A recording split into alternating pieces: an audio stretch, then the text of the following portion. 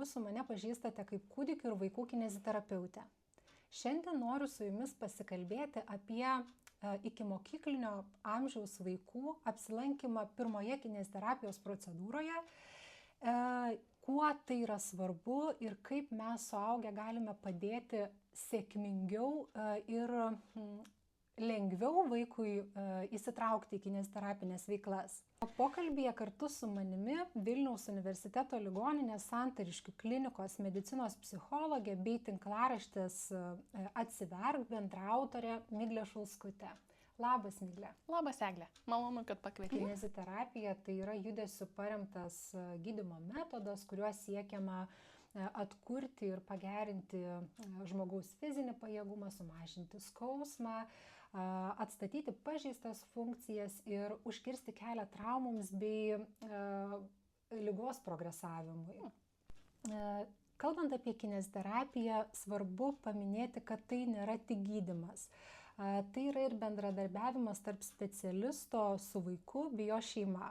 Tai tarsi kelias, kuris parodo vaikui judėjimo džiaugsmą ir padeda augti stipresniam kiekvieną dieną, natūraliai augti stipresniam su judesiu aktyviu kiekvieną dieną.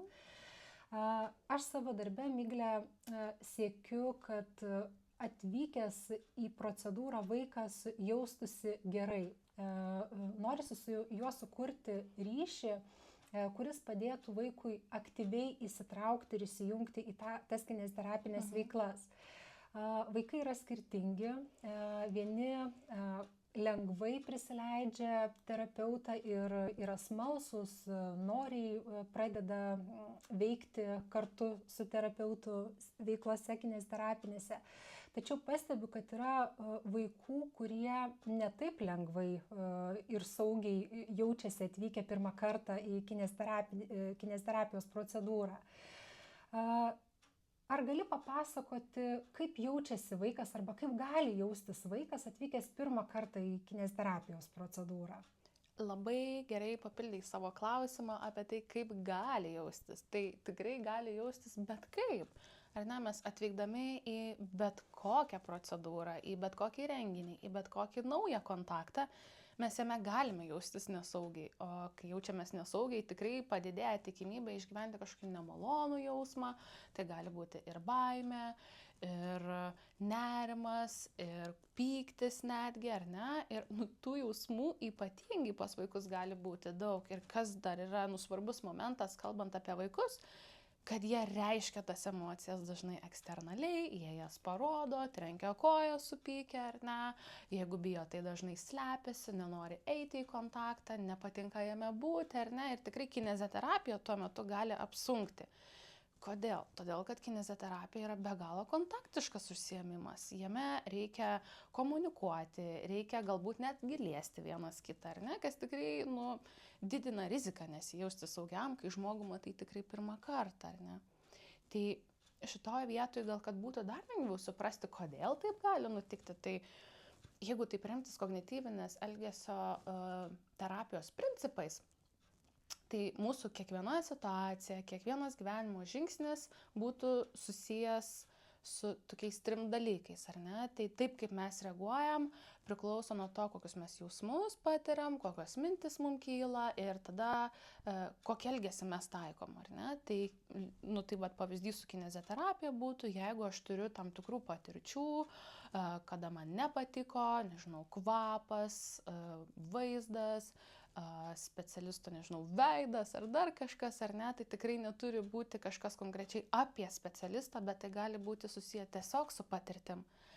Ir tas natūraliai kuria jausmą arba mintį ir tai, kadangi yra tarpusavio ryšys, vienas kitą labai veikia. Tai jeigu mes ateinam su nuostata, kad mane atveda į kažkokią gydymo įstaigą, mane atveda kažkur, kur aš nenoriu šiandien eiti, nes norėjau žiūrėti filmuką, ar ne, tai mes jau ateinam su nuostata, kuri kuria jausmą, galbūt pasipriešinimą, galbūt baimę, galbūt tiesiog nenorą įsijungti iš principo kartais, ar ne.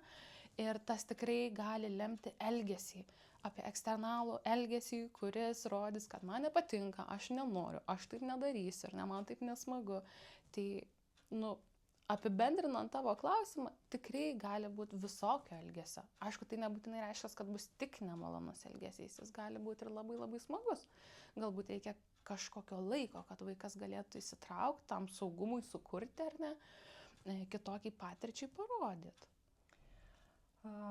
Labai gražiai pasakei, kad vaikas turi kai kuriais atvejais net tam tikrą prasme ir pasiruošti tai terapijai, ar ne? Taip. Tarsi toks nusiteikimas pačio vaiko turėtų būti supratimas, kur jisai eina jau prieš ateinant į tą terapiją, ar ne? Ar yra kažkokių priemonių, kuriomis mes galėtumėm paruošti vaiką prieš terapiją, dar net neatėjus į ligoninę, ar ne? Iki gydymo įstaigos? Tai tikrai galima jį paruošti ir kaip pradžioje minėjai, ar ne, kadangi mes dirbam ne tik su vaiku, bet ir su visa šeima, tai tą galima pradėti daryti ir namuose. Kadangi ateina vaikai iki mokyklinio amžiaus, ar ne, jų pažintiniai gebėjimai, savikontrolė, savireguliacija tikrai yra dar netokia aukšta kaip vyresnių vaikų. Dėl to jiems susireguliuoti, pasiruošti tikrai gali padėti tėvai. Ar ne? Kaip tą galima daryti, tai tikrai galima pradėti kurti naratyvą iki ateinant pas kineziterapeutą. Kas yra kineziterapija, kodėl jos vaikui reikia, ką ten darysim, galbūt verta parodyti vaizdo įrašų, ar ne, kas yra kineziterapija, kad ji gali būti smagi, kad gali ir skaudėti, ar ne, bet tai nebūtinai reiškia, kad bus siejama tik su nemaloniom kažkokiom situacijom ar su nemaloniais jausmais. Tai tikrai, vienas, ką galima daryti, kurti naratyvą, rodyti vaizdo įrašus, ką taip pat galima daryti, kad sumažintum nerimą ir nemalonių emocijų, tokią ryškę išraišką, pradėti ruošti ir paminėti vaikui, žiūrėk, tarkim, tau skauda pėdutes ir dėl to mes ateinantį mėnesį pradėsim eiti į kineziterapiją. Ten gali būti labai labai smagu, ar ne? Praėjus ten savaitę, 2, žiūrėk, atsimeni, kalbėjom apie kineziterapiją, radau dar vieną labai labai linksmą vaizdo įrašą, pažiūrim, nes už 2 savaičių mes vėl mes keliausim tiesiog, ar ne, į kineziterapiją. Taip, nes tęstinumas turi būti užtikrinamas, ar ne? Nuoseklumas. Pačios terapijos. Taip. Kad vaikas suprastų, kad tai nebus vieną kartą atėjau, pasveikau, ar ne, kad vaikui galbūt net iškomunikuoti, kad reikės kineziterapijos metu pamatyti, išgirsti, galbūt net išmokti ir vėliau taikyti namuose tai, ką mes išmoksime. Tai čia yra sunkioji dalis iš tikrųjų. Daryti namuose, tai reiškia be kontrolės ir be tokios, iš esmės atskaitomybės, kad aš turiu padaryti ir man turi pasisekti. Ar ne, Tai klausant tavo kalbos, dar iškyla vienas klausimas. Labai dažnai terapijos metu girdžiu, kaip atlydėję į terapiją vaiką tėveliai, esant vaiko kažkokiai negatyviai emocijai, puola vietoje su juo tarsi tartis arba skatinti, kad tu būk geras, padaryk ir aš tau, nežinau, po terapijos nupirksiu ledų. Ar gali būti toks modelis, ar jisai yra veiksmingas, ar kažkaip reikėtų kitaip išgyventi tą vaiko jausmą ir paskatinti galbūt kitaip? Šitoj vietoj, ką aš galvoju, man iš karto kyla kelios mintis, ar ne? Tai pirma mintis apie tai, kad tėvai ateina su tam tikrais lūkesčiais, kaip turi atrodyti kineziterapija ir kai mūsų lūkestis neatitinka su vaizdu, kas vyksta, kyla tikrai daug vidinio nerimo ir įtampos ir tada norisi tą situaciją tvarkyti kuo greičiau kaip įmanoma, ar ne? Antras dalykas, kas šauna į galvą, kai nebelieka metodų, kaip susitarti, darom bet ką, kad susitartumėm, ar ne, ir tai nebūtinai bus blogiausias variantas, bet jeigu žiūrint į spektrą, ką mes galim rinktis ir ką siūlyti vaikui, kad jis norėtų būti kineziterapijoje arba norėtų bent pabandyti, ar ne, aš gal nesirinkčiau šito kaip pirmo varianto, nes įsijungia iš tikrųjų manipuliacija, jeigu tu darysi, aš nupirksiu šitą. Gerai, o jeigu aš padarysiu sunkesnį, tai gal tada 2 saldainius galiu gauti, ar ne? Tai tame gali atsirasti labai daug vietos ir interpretacijom, ir manipuliacijom. Tai aš kaip pirmo varianto gal, nerekomenduočiau rinktis, ar ne? Tai jeigu idealiu atveju kalbam, vėlgi galėtumėm vaiką paruošti, ar ne, jis žinos, kad ateinam, tarkim, šį trečiadienį, yra kineziterapija tuo pačiu metu, ar ne, kaip, nežinau, ne vietoj darželio, ne vietoj mėgstamų veiklų, tiesiog atsiranda dar vienas dalykas mano dienotvarkiai, kuris gali būti smagus. Ir atėjus tikrai girti, skatinti žodžiais, apkabinimais ar ne pastebėjimais, ar tai kažkokia malonė veikla, ar pabaigoje laisvų žaidimų, ar apskritai kažkokia malonė veikla su tėvais po, ar ne, tai aš gal rinkčiausi kitokį skatinimą, vengiant manipuliuoti, kad jeigu tu, tai ir aš, o jeigu tau nepasiseks, tada negausi, ar ne, nes vėlgi išbuvimą mes irgi traktuosim kaip sėkmę. Jeigu vaikas prabuvo linksmas kineziterapijai, sakysim, kad kineziterapija sėkminga. Jeigu ne, tai nesėkminga, bet tai nebūtinai bus apie sėkmę, ar ne? Vaikas tikrai gali dėti visas pastangas, kad jam pavyktų būti, bet jam tiesiog nepavyksta. Ar ne? Arba kineziterapija ne visada bus maloni, kalbant, tarkim, apie funkcijos atstatymą gali ir skaudėti. Ir tada tikrai nebus linksma. Ir po kineziterapijos nebus linksma.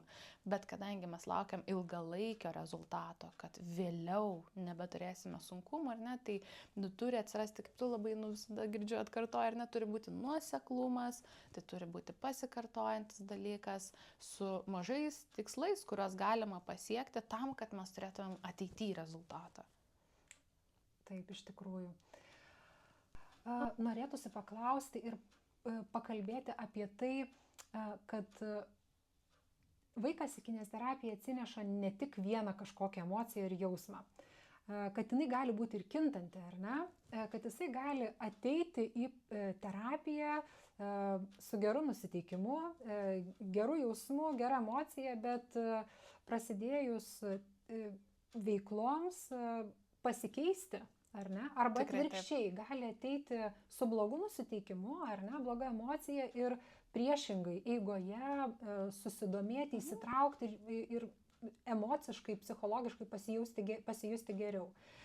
Tai gal nuo ko čia priklauso ta vaiko tas pokytis jausmų, kas jį gali lemti, kad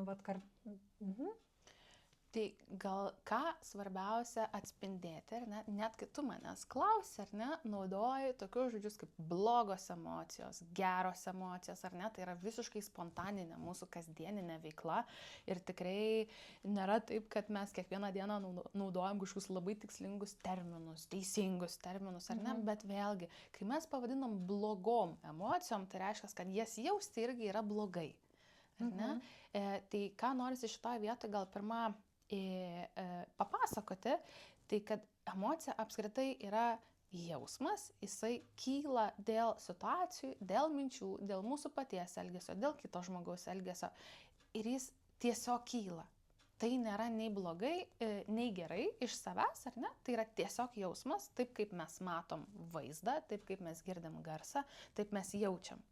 Ir kiekvienas jausmas ar emocija atneša tam tikros naudos. Tai tos nemalonios, kurias mums nemalonu išjausti, ar ne, tai būtų baimė, pyktis, liūdesys, pasibjaurėjimas, ar ne, net galbūt kartais ir nuostaba gali turėti tokio nemalonaus jausmo, jie padeda mums suprasti apie aplinką. Tai jeigu aplinka yra nesaugi ir nemaloni, tai gali būti ir apie temperatūrą, ir apie šviesų kiekį, ir apie garsus. Tikrai visa sensorika tame dalyvauja, ar ne? Tai mūsų jausmas labai atspindės apie tai, kas vyksta aplinkoje. Tai lygiai taip pat ir vaikų, ar ne? Vaikų netgi greičiau galim pamatyti, nes jie greičiau tą parodo ir nemaskuoja kaip suaugę žmonės. Ar ne? Tai ta aplinkos vertinimas lygiai taip pat gali priklausyti nuo patirčių, nuo to, kas įvyko namuose, nuo to, kas vyksta ir dabar, ar ne, tai yra tikrai labai didelė ir plati interpretacija ir kompleksiška. Tai mes negalim sakyti, kad tik kineziterapijos salė yra bloga, tik kineziterapeutas yra netinkamas, tik elgesys kineziterapeutų yra netinkamas, ar tik tėvų elgesys yra netinkamas, ar ne? Tai yra labai didelis kompleksas. Dėl ko aš pradėjau visą tai pasakoti, ar ne? Kodėl gali keistis emocija ar jausmas?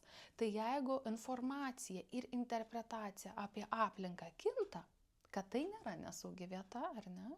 kad pajudėjus čia yra pakankamai šilta, kad kineziterapeutas manęs nebara, kai man nepasiseka, ar ne, kai tėvai nebaudžia, jeigu aš nenoriu daryti, ar ne, sureaguoja tinkamai, ramiai, ar ne, atreaguoja, paragina, aš suprantu, kad visai gera aplinka, ar ne, jinai nėra nei bauginanti, nei nepatogi, nei kažkokia netinkama ir man tada yra daug paprasčiau įsijungti į veiklą, ar ne, tai tas pokytis emocijų bus lygiai toks pat atspindys apie tai, kad aplinka man tampa pažįstama ir saugi ir aš joje galiu atsipalaiduoti ir įsijungti į veiklą. Dabar gal norėčiau pereiti prie tėvų vaidmens pačios terapijos metu ir kiek tai yra svarbu patiems tėvams sudalyvauti pirmoje kineziterapijos procedūroje kartu su vaiku. Ar tai yra nesvarbu visai? Kalbant apie vaiko tą jausmą, būseną, galbūt saugumo jausmą, ar ne? Tikrai, kai kalbam apie ikimokyklinio amžiaus vaikus, ar ne, tėvai yra vienas iš saugaus objekto pavyzdžių. Tai tikrai bus visokių vaikų, kurie norės, kad tėvai dalyvautų, kurie nenorės, kad tėvai dalyvautų. Bet šitoje vietoje norėčiau iš karto paklausti, Migle, ar reikėtų vaiko atsiklausti, ar tu norėtum, kad aš, tavo mama, dalyvaučiau kartu su tavimi procedūroje? Ar čia reikėtų daugiau kontaktuoti su kineziterapeutu? Aha, kaip elgti šitoje vietoje? Iš tikrųjų, atsakymas labai kompleksiškas. Ko gero, pirmiausia, kadangi mes ateinam į kineziterapeuto vietą, ar ne, tai tikrai tėvai turėtų derinti tą klausimą su kineziterapeutu ir klausti, ar aš galiu būti čia, ar ne. Ir kai aš žinau tam tikras ribas ir taisyklės, tarkim, galiu būti, galiu filmuoti arba negaliu filmuoti, nes tą draudžia tiesiog daryti, ar ne, galiu, nežinau, būti su močiute, seneliu, kas tikrai kartais nutinka, ar ne, arba su aukle, nes auklė daugiau laiko tiesiog praleidžia ir išmoktų, ką daryti, ar ne. Ir jeigu kineziterapeutas leidžia, aš daryčiau antrą žingsnį ir tikslinčiausi su vaiku. Kai aš žinau, kad galiu dalyvauti kineziterapijoje, ar tu nori, kad aš dalyvaučiau, ar ne? Ar gali ir vienas pabandyti, arba galim susitarti, kaip tau noris, ar ne? Žiūrėk, aš galiu pirmas 10 minučių pabūti su tavim, o paskui pabandyk vienas. Bet jeigu jausi, kad manęs reikia, aš būsiu už durų šalia.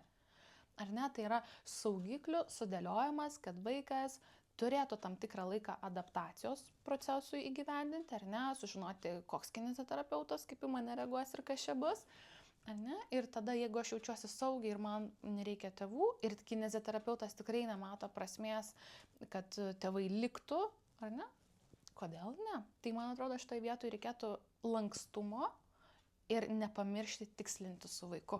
Mes tą labai užmirštam daryti, kai kalbam apie vaikus, kurie yra ikimokyklinukai. Mes labai dažnai nurodom, numanom, ko jie nori, ne? O šitas vaikas tai tikrai bijo, tai aš būsiu kartu. Ir tarsi nusprendžiam už vaiką, taip, ar ne? Tikrai taip, nes vaikasgi mažas, ar ne? Tai čia daug kompleksiškumo tame atsiranda. Ir santykio momente, ar ne, ir saugos momente tėvai lygiai taip pat ateina su nesaugumu, su nerimu, ar ne, su lūkesčiais tam tikrais, kaip jie įsivaizduoja, kad vyks kineziterapija. Kas yra kineziterapija? Tarkim, ikimokyklinio amžiaus vaikų kineziterapija, ko gero, tu geriau papasakotum, bet tai yra su žaidimo terapijos principais. Tai tikrai nebus, žiūrėk, aš tau parodau, daryk tą, ir aš tikiuosi, kad tau pavyks. Ir, tikėtis ikimokyklinukas, kad kažką tokio norėtų įsitraukti, mažai tikėtina. Gal mes šitoje vietoje galėtumėm truputėlį sugrįžti apie tą žaidimų terapiją ir pakalbėti plačiau šiek tiek. Tai kadangi su vaikais tokiame amžiaus laikotarpyje ta kineziterapinė procedūra vyksta per veiklas žaidimo formą, žaidybinės veiklas, stengiantis vaiką įtraukti ir sudominti, ar ne? Kaip gali atrodyti tėvam visas šitas procesas, ar ne?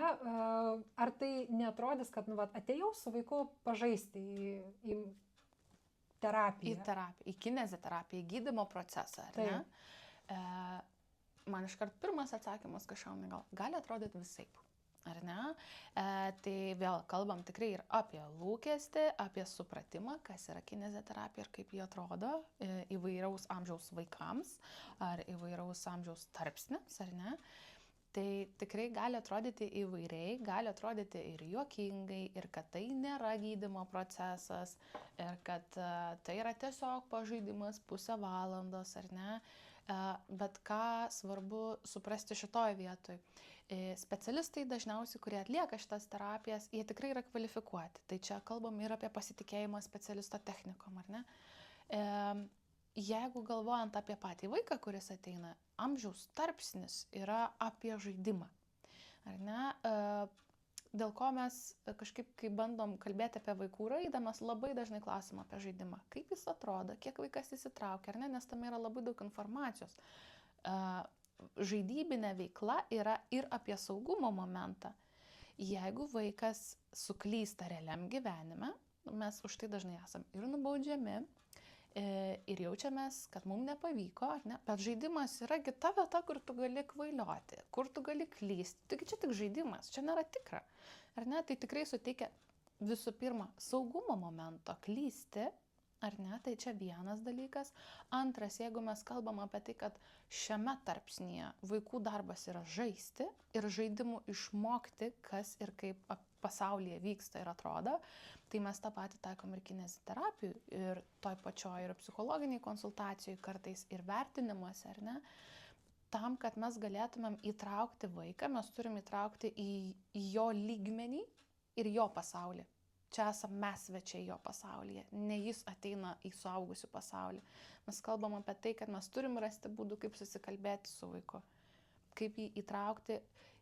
Jeigu nėra smalsumo, nėra ir dėmesio koncentracijos. Jeigu nėra dėmesio koncentracijos, mes nekalbam apie atmintį.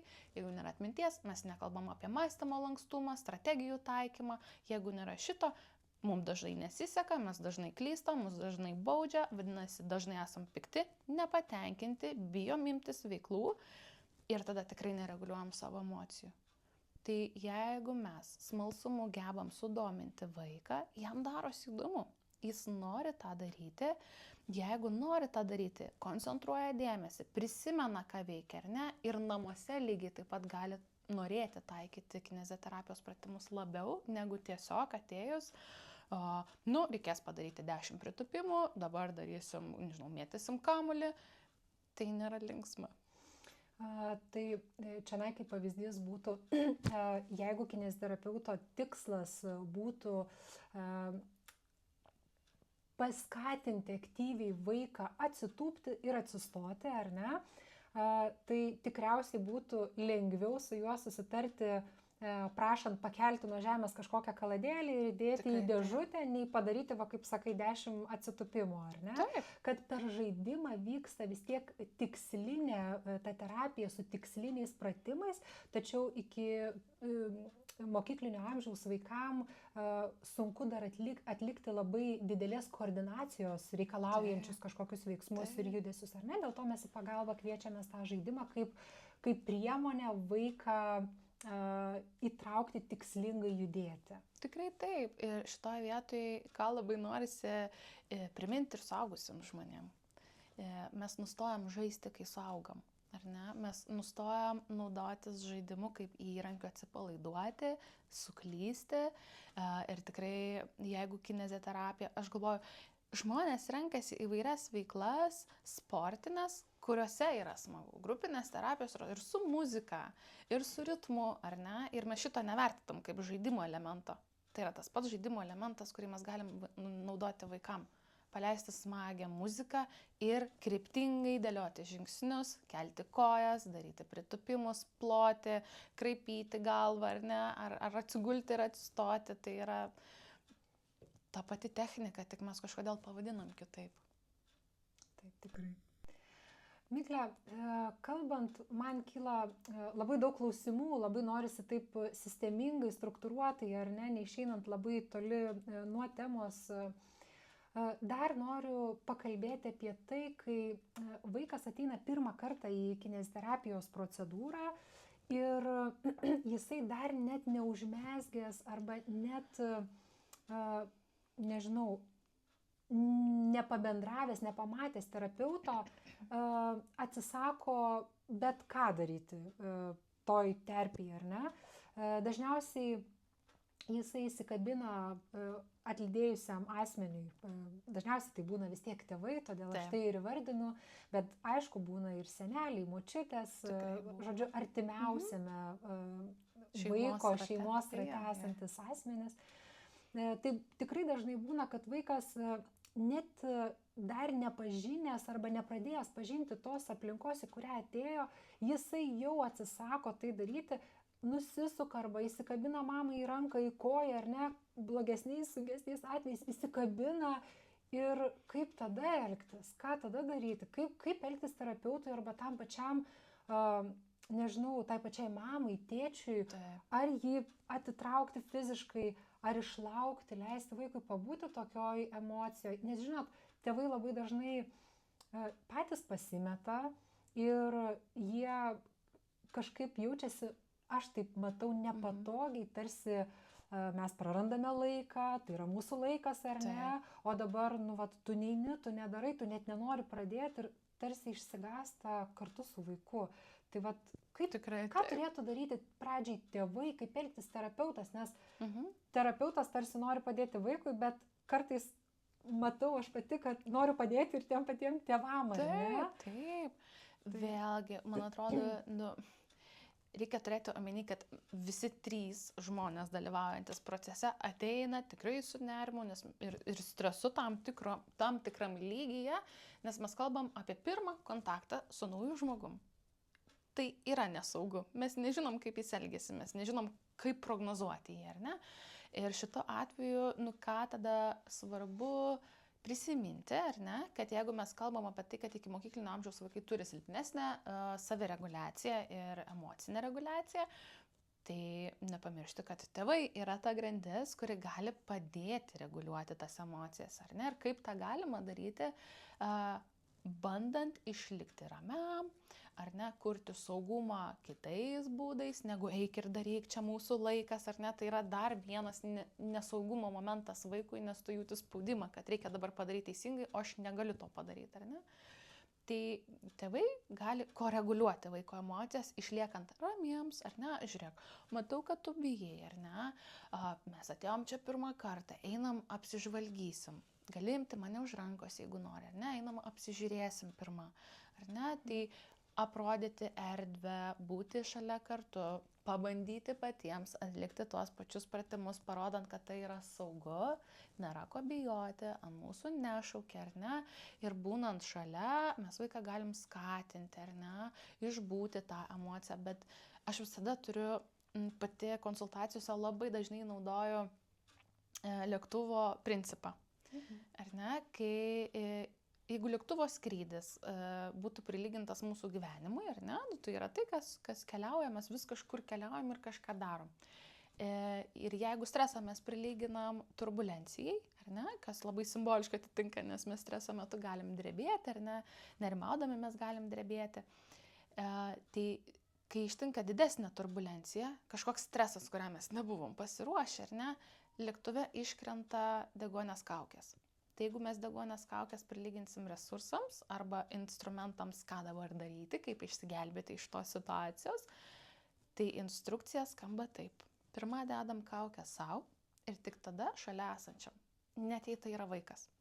Jeigu tėvai negebės išbūti toj situacijoje ir jeigu mes jausim tokį didelį nerimą, kad aš nebežinau, ką daryti, vaikas išgyvena dvigubai tą patį, nes jis mato, kas vyksta, ar ne?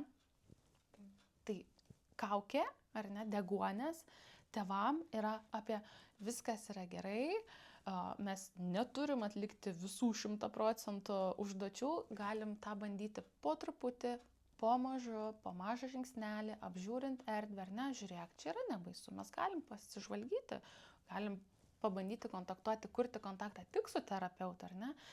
Vėlgi tai yra ir su lūkesčiu susiję, turėti lūkestį, kad pirmas apsilankimas, pati pirma kineziterapijos veikla, ji gali būti tik apie kontakto kūrimą, susipažinti su žmogum, ar ne, tai veikla, kuri kaip ir pradžioj kalbėjom, ar ne, reikalauja tikrai jaustis saugiam, nes tave gali paliesti, tau gali parodyti, tau reikia judėti, tave stebi, ar ne, tai be galo kompleksiška veikla, kuriai reikia daug saugiklių, kurie užtikrintų saugumą.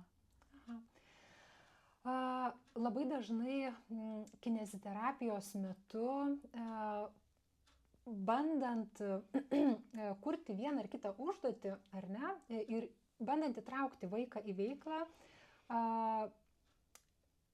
paprašome, kad tėveliai ateitų į pačią tą terapiją, net nežinau, ar gerai išsireikšiu, bet tai būtų dalis terapijos ir kartu su vaiku darytų, pirmus kartus darytų tą judesį, tą žodžiu, užduotį paskirtą.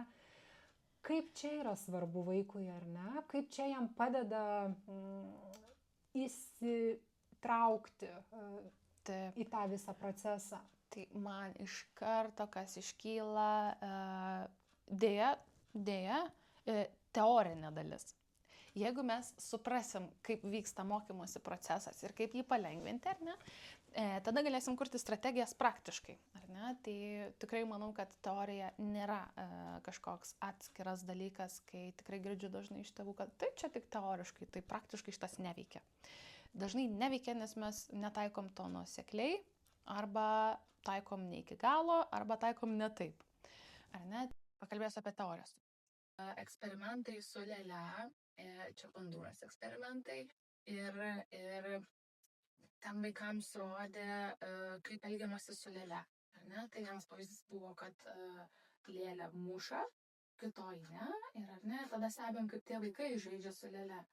Ir tie, kurie matė smurtą, ar ne, su lėle tikrai elgėsi agresyviau, ją ir muša, ir puola, ir netgi stipriau negu modelis.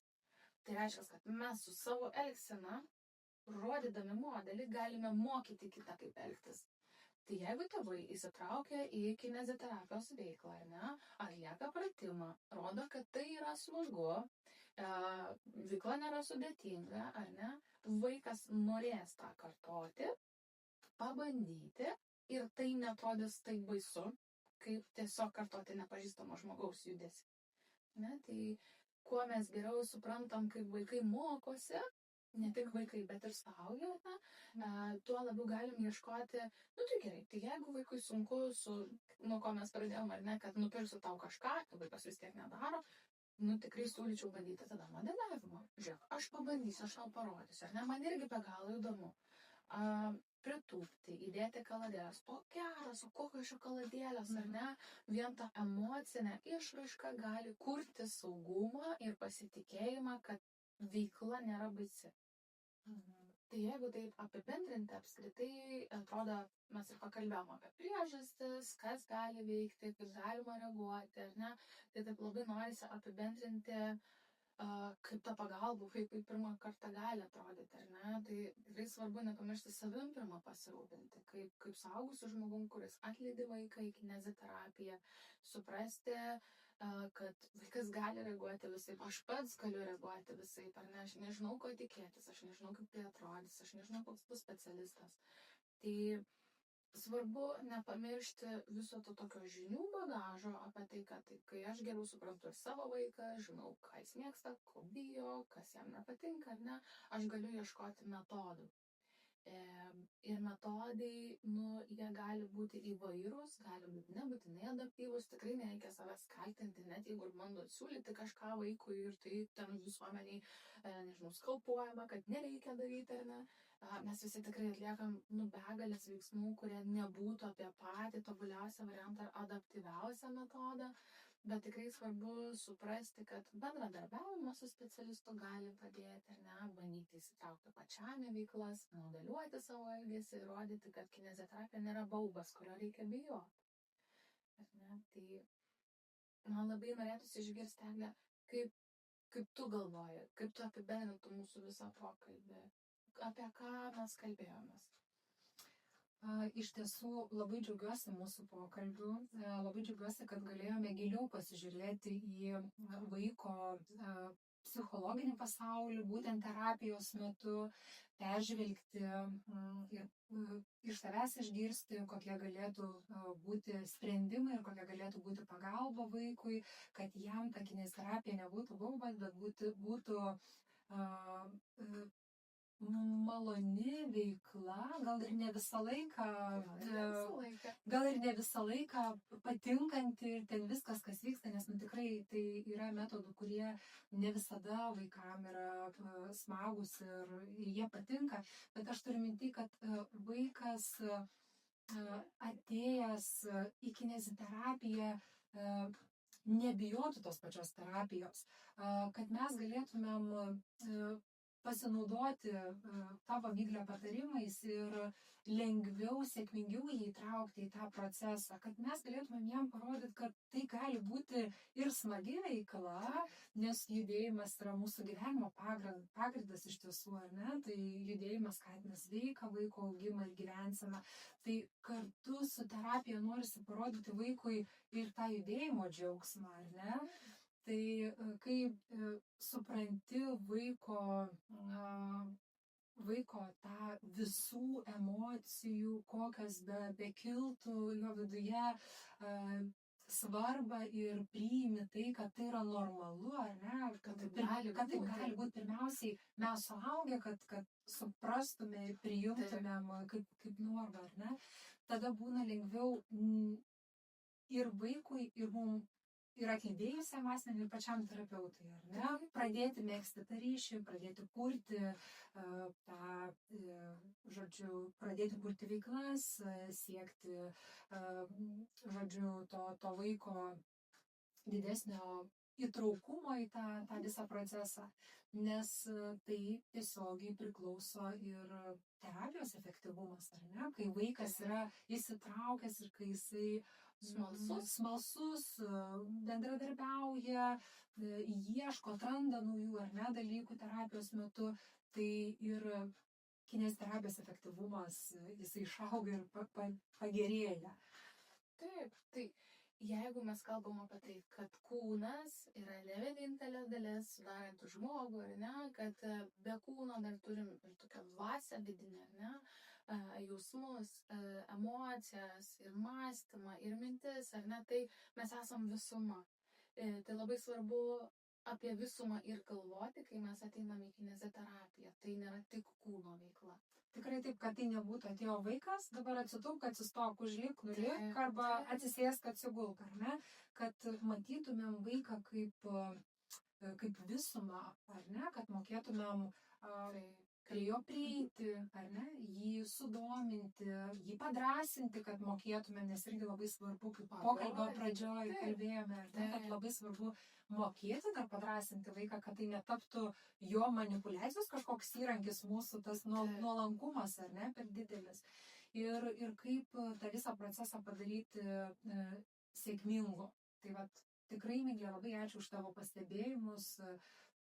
Buvo labai įdomu klausyti tavęs, buvo labai naudinga ir man kaip terapeutė išgirsti tavo pastebėjimus.